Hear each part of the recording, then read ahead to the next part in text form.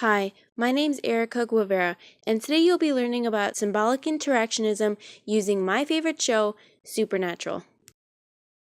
Let's begin with the theorist. The original theorist for symbolic interactionism was George Herbert Mead.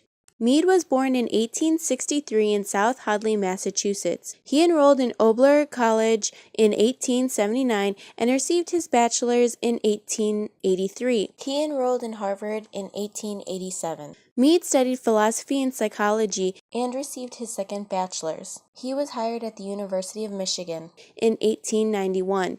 Mead was later hired at the University of Chicago, where he worked for 40 years. Mead died in 1931 at the age of 68. Unfortunately, Mead died without publishing his work, which is where his student Herbert Bloomer comes in. Bloomer was born March 7, 1900 in St. Louisiana, Missouri. To help his father, Bloomer dropped out of high school, but later went to the University of Missouri in 1918. In 1925, he went to the University of Chicago, where he was influenced greatly by Mead, and accepted a teaching position at the University of Chicago, where he continued his own research under Mead. Bloomer devised the term symbolic interactionism in 1931.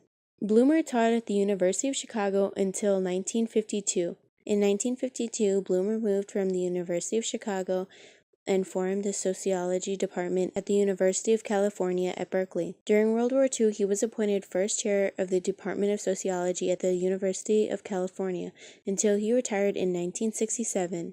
Bloomer died April 13, 1987. Symbolic interactionism is basically the way we interpret the world, but let's take a deeper look. Symbolic interactionism has three core principles: meaning, language, and thinking.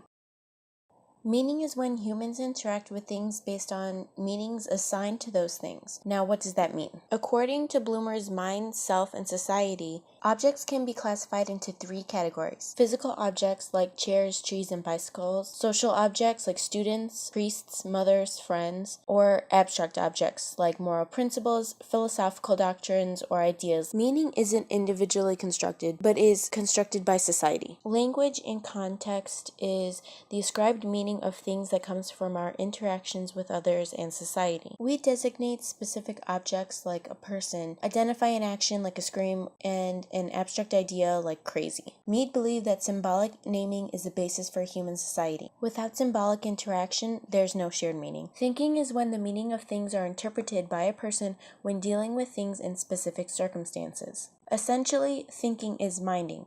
And minding is basically when you talk to yourself in your head. In order to mind, we need language, and we must be able to interact symbolically. Symbolic interaction can be verbal and nonverbal, and activates our cognitive ability for inner dialogue. Taking role of other is when someone thinks from someone else's point of view, specifically about how they would see themselves from that point of view, and then makes decisions accordingly. The three core principles equal self. The looking glass is a combination of taking the role of other and me. To figure out what the self is, we use the equation I plus me equals self. I is the unorganized part of self, and not much is known about it because it can't be examined. On the opposite side of self is me. Me is society in an individual. We learn me first with family, then with friends, and then in institutions like schools. Generalized other doesn't consist of just one person, but a combination of family, friends, authority figures, and society. It shapes how we think and interact within our community. Generalized other can change when a single group has the most influence. Theorized by Irving Goffman, dramaturgical performance consists of front stage and backstage. Front stage is how we act when we're in front of others. Front stage is how we're expected to act when we're around certain people, usually consisting of cultural norms. Front stage is shaped by who is present. For example, you would act different in front of your friends than you would in front of your family. Backstage is how we act when we think no one's looking. We usually feel more relaxed in our backstage. When we're backstage, we prepare ourselves for upcoming front stage performances. When a quote-unquote performance, typically reserved for one area, makes its way into another, confusion, embarrassment, and even controversy can ensue. Theorized by Robert Merton, self-fulfilling prophecy is basically standard. Someone else sets the bar. These standards, whether true or untrue, are really powerful, and they shape our behavior in very real ways. Some weaknesses for this theory are symbols can be interpreted incorrectly, you can't test the theory, it focuses strictly on logical behavior, and can't be applied to large groups of people. As you know, I chose Supernatural, and I chose it because it's my favorite show. I believe it's inspirational because the main characters go through a lot, and I believe it makes you want to be a stronger person. I noticed that Supernatural fit well with symbolic interactionism because the characters communicated with one another differently and almost made their own society using communication. Here I have a few clips for you to watch. I'll explain how they fit the theory first and then play the clip.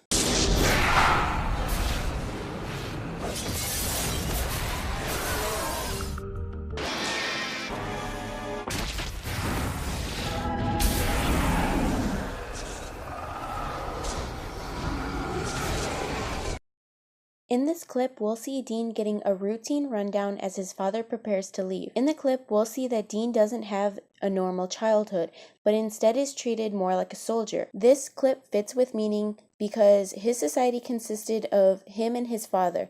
Because his father, the only society he had, treated him like a soldier, he began to believe it was true.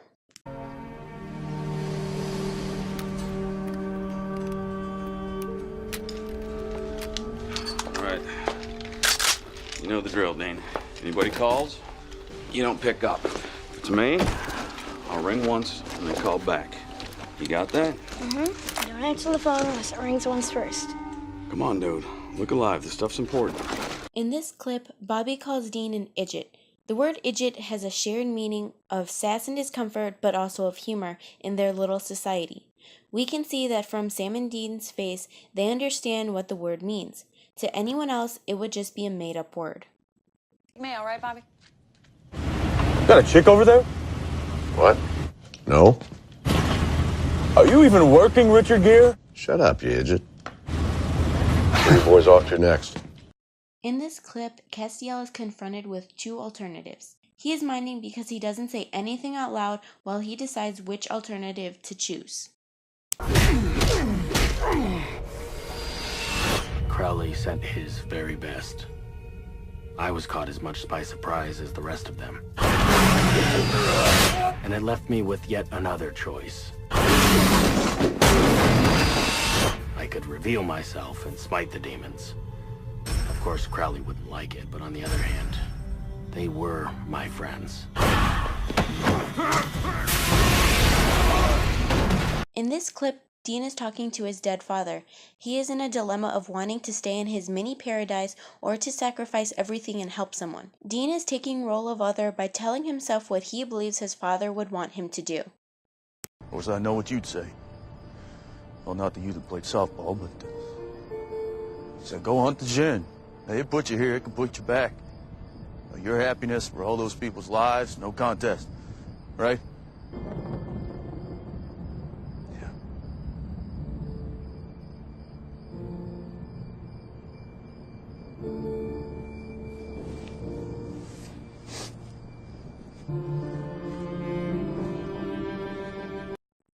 In this clip, Dean is in a dream and is confronted with himself.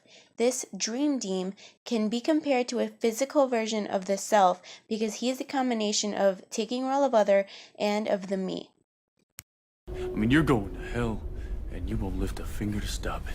Talk about low self-esteem. Then again, I guess it's not much of a life worth saving now. Wake up, Dean. Come on, wake up. I mean, after all, you got nothing outside of Sam. You are nothing. You're as mindless and obedient as an attack dog. That's not true. No. What are the things that you want? What are the things that you dream? I mean, your car? That's Dad's. Your favorite leather jacket? Dad's. Your music? Dad's. Do you even have an original thought? No. No, all there is watch out for Sammy. Look after your little brother, boy. You can still hear your dad's voice in your head, can't you? Clear as a bell. Just shut up. I mean, think about it. All he ever did was train you. Boss you around. And Sam he doted on. Sam he loved. Made it. I'm getting angry. Dad knew who you really were. Good soldier and nothing else.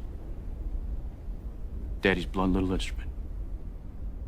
Your own father didn't care whether you lived or died. Why should you? In this clip, Dean goes to the future and talks to a future Dean about his brother Sam. We'll see how the generalized other or the influential group changed future Dean's demeanor and how both Deans differ in opinion and feelings toward the same topic, even though they are the same person. World really went in the crapper after that. What about Sam?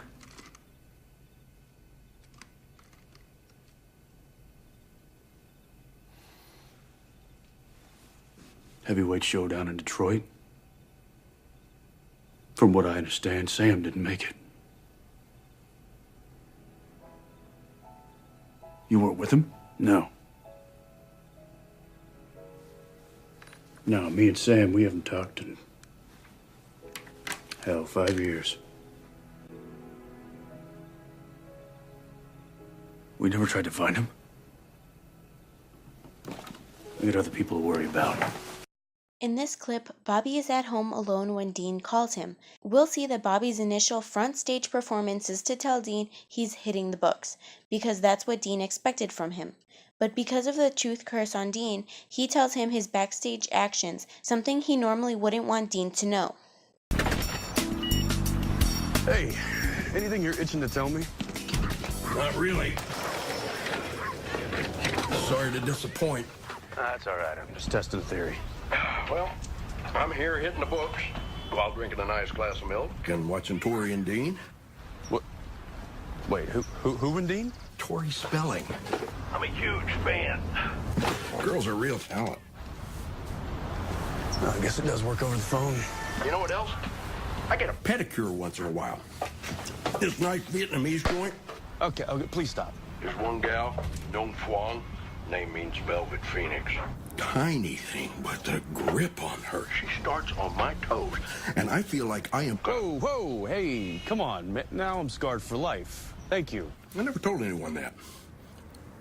Why am I telling you? Maybe because you're my favorite. Although, Sam's a better hunter. Lately, anyway. Well, why the hell am I telling you this? Because I'm cursed. In this clip, Dean's father tells him he's proud he used a bullet. Because Dean has low expectations or a low self-fulfilling prophecy of him as a father, Dean knows it's not his father when he goes above that expectation and acts fatherly. You did good. You not mad? For what? Using a bullet. Mad. I'm proud of you. Give me the gun. What are you doing, Dean? He'd be furious. What? That I wasted a bullet. He wouldn't be proud of me. He'd tear me a new one.